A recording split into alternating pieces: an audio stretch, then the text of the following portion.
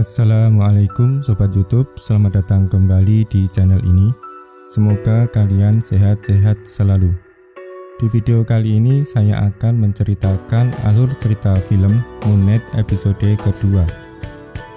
Di episode kedua ini Steven benar-benar menemukan scarab dari sebuah ruang penyimpanan milik Mark Spector yang sebelumnya ia mengira hanya mimpi. Namun Arthur Harrow dan pengikut-pengikutnya berusaha mendapatkan scarab itu. Oke, sebelum lanjut ke ceritanya, jangan lupa buat yang belum subscribe silahkan tekan tombol subscribe-nya supaya admin lebih semangat lagi untuk membuat alur cerita lainnya.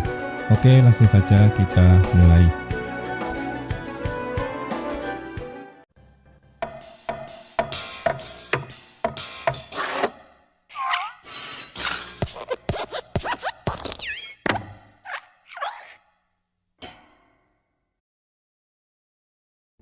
Di video sebelumnya, setelah Moon Knight berhasil membunuh Jekyll si anjing serigala itu, Mark Spector mengembalikan kembali tubuhnya ke Steven. Dan tiba-tiba Steven terbangun dari tidurnya. Khawatir mendengar pertarungan Moon Knight di dalam mimpinya, ia mencoba berlari. Ia lupa bahwa kakinya masih terikat dan ia pun terjatuh. Kemudian Steven mulai membuka cermin, mencari keberadaan Mark Spector, namun tidak ada jawaban. Lalu Steven kembali ke museum untuk memastikan bahwa kejadian semalam adalah nyata. Steven menghampiri GB sambil bertanya apa yang telah terjadi. GB mengatakan bahwa menurut orang-orang telah terjadi ledakan pipa, tetapi ia mengira bukan itu penyebabnya. Lalu Steven bertanya kembali apakah sudah dicek rekaman CCTV-nya. GB berkata ia baru mau akan diperiksa. Kemudian Steven meminta ikut dengan GB untuk memeriksa rekaman CCTV, karena ia tahu tentang kejadiannya. Di ruang kontrol itu, Steven mengingatkan GB bahwa apa yang nanti terlihat di CCTV akan terlihat aneh dan sulit untuk dipahami, seperti area 51. GB mulai memutar rekamannya. Di dalam rekaman terlihat Steven seorang diri sedang bersembunyi di balik etalase, dan kemudian berlari ketakutan. Sedangkan makhluk yang telah menyerangnya sama sekali tidak terlihat di CCTV itu. Steven berusaha meyakinkan GB bahwa ada anjing serigala yang telah mengejarnya. Kemudian Steven meminta GB memutar rekaman di saat dirinya keluar. Di rekaman itu terlihat Steven sedang berjalan keluar, namun Steven menyangkal bahwa itu bukan dirinya. Atas kejadian itu, Steven kemudian dipanggil direktur museum bernama Domvell. Domvell mengatakan kepada Steven bahwa pihak museum memecat Steven, namun pihak museum tidak menuntutnya. Domvell menyadari bahwa Steven mengalami gangguan dan ia menyarankan Steven untuk berobat ke psikolog. Sebelum pergi, Steven mengembalikan identitas namanya kepada Domvell. Kemudian Steven duduk kembali bersama Crowley. Ia bercerita bahwa dirinya baru saja dipecat. Ia juga telah menemukan benda tersembunyi berupa kunci penyimpanan di apartemennya, dan ia ingin menelusurinya. Jika ia bisa menemukan tempat penyimpanan itu, mungkin ini satu-satunya yang bisa membuktikan bahwa ia tidak gila. Lalu Steven pergi untuk menelusuri tempat penyimpanan itu. Akhirnya Steven menemukan tempat tersebut. Steven bertanya kepada petugas yang berjaga bahwa ia sedang mencari loker penyimpanan atas nama Steven Grant atau Mark. Ternyata petugas itu mengingat tempat penyimpanannya. Kemudian petugas itu mengantar Steven menuju penyimpanan di nomor 043. Di dalam ruangan itu, Steven menemukan tas yang berisi uang, pistol, dan paspor berwajah dirinya tetapi atas nama Mark Spector. Ia juga menemukan scarab ada di dalam tas itu. Ia sempat tak percaya ternyata scarab benar-benar nyata. Ketika membuka scarab tersebut secara tak sengaja, scarab itu bergerak seperti kompas, tetapi tidak mengarah ke utara. Lalu tiba-tiba dari balik kaca muncul Mark Spector. Mark berkata kepada Steven bahwa Steven dalam bahaya dan ia bisa menyelamatkannya seperti pada malam sebelumnya. Mark Spector meminta Steven untuk berbaring di atas tempat tidur itu, dan ia membutuhkan tubuh Steven untuk menjalankan misinya. Namun Stephen tidak mau. Stephen meminta penjelasan kepada Mark. Siapakah Mark? Kemudian Mark memberitahu Stephen bahwa ia melayani dewa bulan bernama Khonsu. Ia adalah avatar Khonsu, yang berarti bahwa Stephen juga merupakan avatar Khonsu. Tugas mereka adalah melindungi orang-orang yang lemah dan membawa keadilan Khonsu kepada yang menyakiti mereka. Stephen pun panik. Lalu Mark memberitahu kembali Stephen bahwa ia membutuhkan tubuh Stephen, dan setelah misinya selesai, ia berjanji Stephen tidak akan pernah melihatnya lagi. Namun Stephen tidak setuju dengan penjelasan Mark. Ia bergegas mengemasi tas itu dan keluar dari ruangan. Ia berencana mendatangi kantor polisi sambil membawa tas berisi barang ilegal itu, supaya polisi menangkap dan membawanya ke rumah sakit jiwa. Sehingga rumah sakit jiwa akan memberinya obat-obatan untuk mengusir Mark Spector dari kepalanya. Namun ketika Stephen berada di dalam lorong, ia melihat Khonsu. Ia sangat ketakutan dan berusaha berlari sekencang-kencangnya. Namun di saat ia berbelok, tiba-tiba Khonsu sudah berada di depannya. Saking takutnya, Stephen pun berlari keluar gedung dan ia terjatuh. Tiba-tiba seorang wanita mengendarai Vespa berhenti di depannya. Wanita itu mengenali Stephen dengan menyebutnya sebagai Mark, dan Stephen menduga pasti ini Layla. Lalu Stephen dibonceng Layla dan meminta Layla untuk mengantarnya pulang ke apartemennya. Dalam perjalanan, Layla bertanya apakah Mark telah mengganti identitas palsunya menjadi Stephen. Layla juga mengatakan bahwa ia berhasil menemukan Stephen dengan melacaknya melalui saluran telepon yang dipakai Mark. Dan di sini Layla masih mengira dirinya berbicara dengan Mark Spector. Dan dari percakapan itu diketahui Layla adalah istri Mark Spector. Setelah tiba di apartemen Stephen, ternyata Layla dan Stephen memiliki banyak kesamaan. Keduanya sama-sama mempelajari sejarah Mesir, bahasa Perancis, dan juga huruf hieroglif.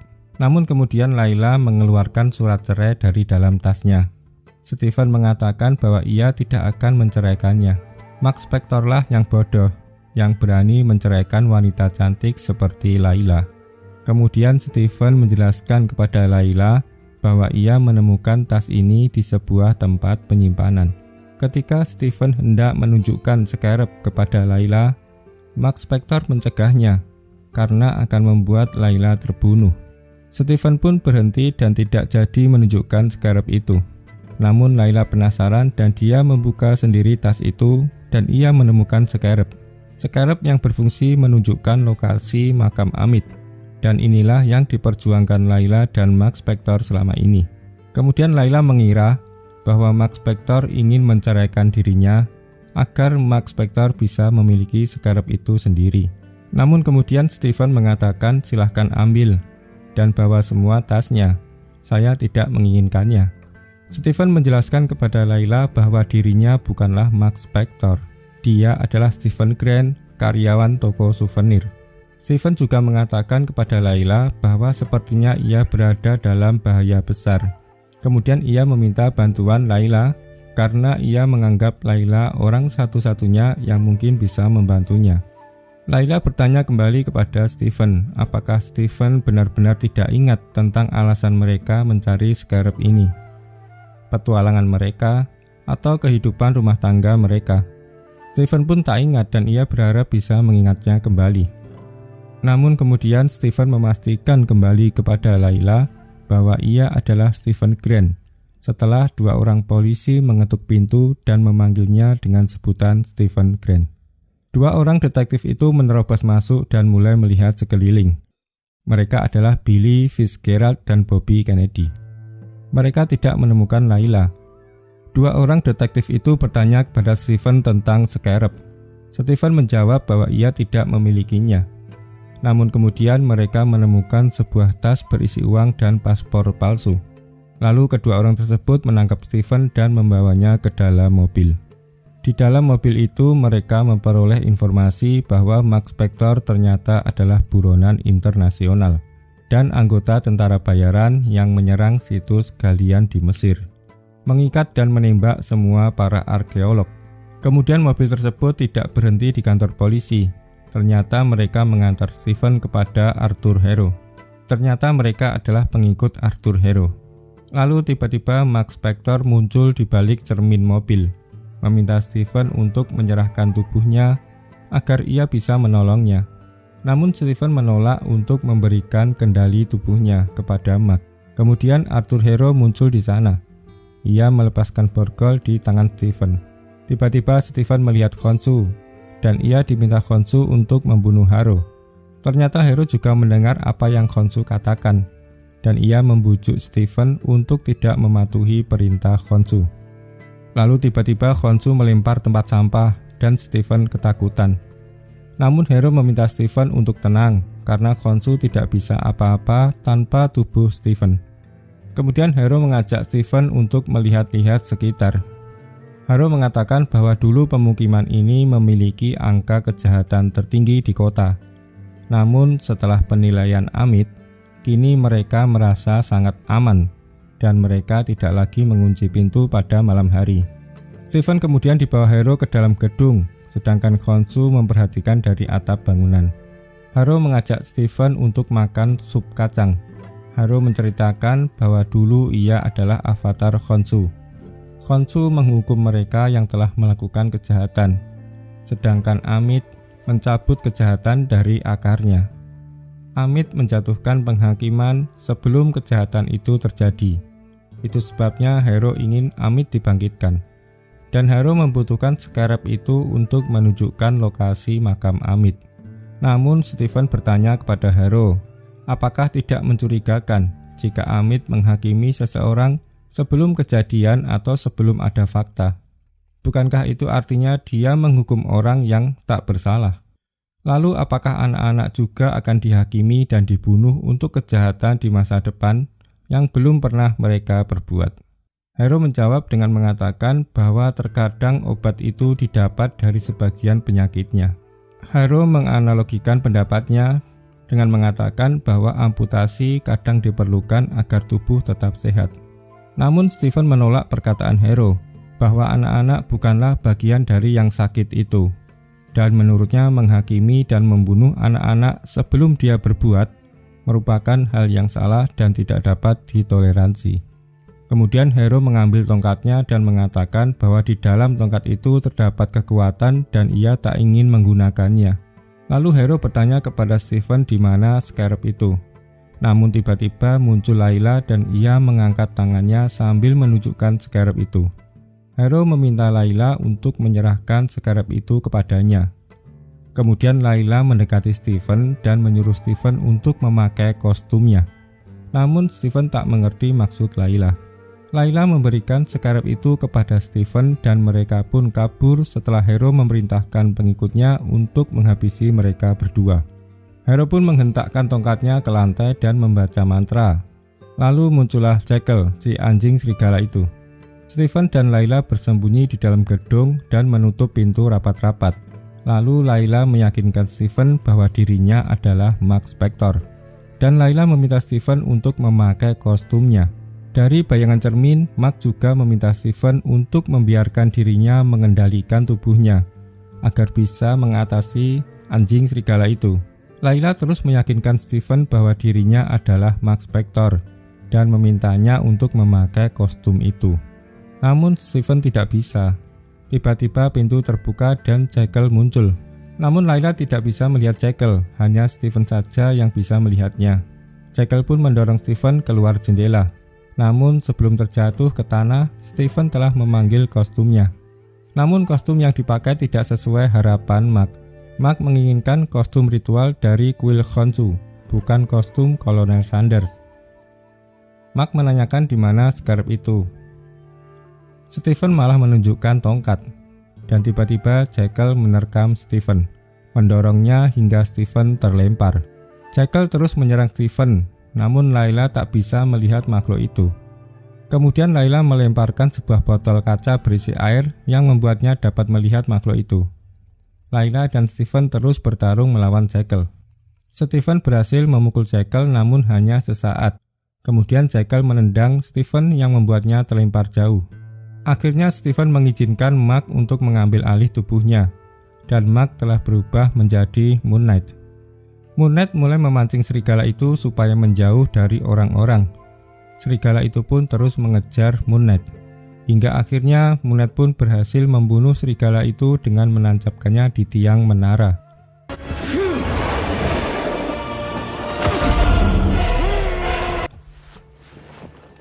Setelah berhasil membunuh Jekyll, Mark segera mencari scarab di balik bajunya, dan ia mendapati scarabnya telah hilang. Ternyata scarab itu terjatuh dan seseorang menemukan scarab tersebut tergeletak di jalan. Dan Harrow meminta scarab itu, lalu Harrow menghakimi orang tersebut dan membunuhnya.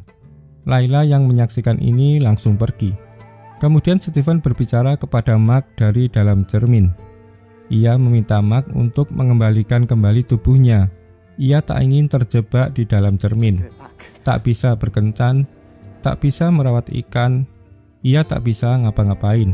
Mark mengatakan kepada Stephen, ia harus menyelesaikan perjanjiannya dengan Khonshu. Bila tidak, Khonshu akan menjadikan Layla sebagai penggantinya. Mark juga berjanji kepada Stephen bahwa bila ia sudah selesai misinya, Stephen tidak akan pernah melihat dan mendengarnya lagi. Namun akhirnya Mark menendang cermin itu hingga hancur. Ia merasa kesal karena Stephen terus-menerus berbicara dan tidak mempercayai penjelasannya. Tak lama setelah itu Khonshu muncul. Mark meyakinkan Khonshu bahwa ia akan menemukan scarab itu.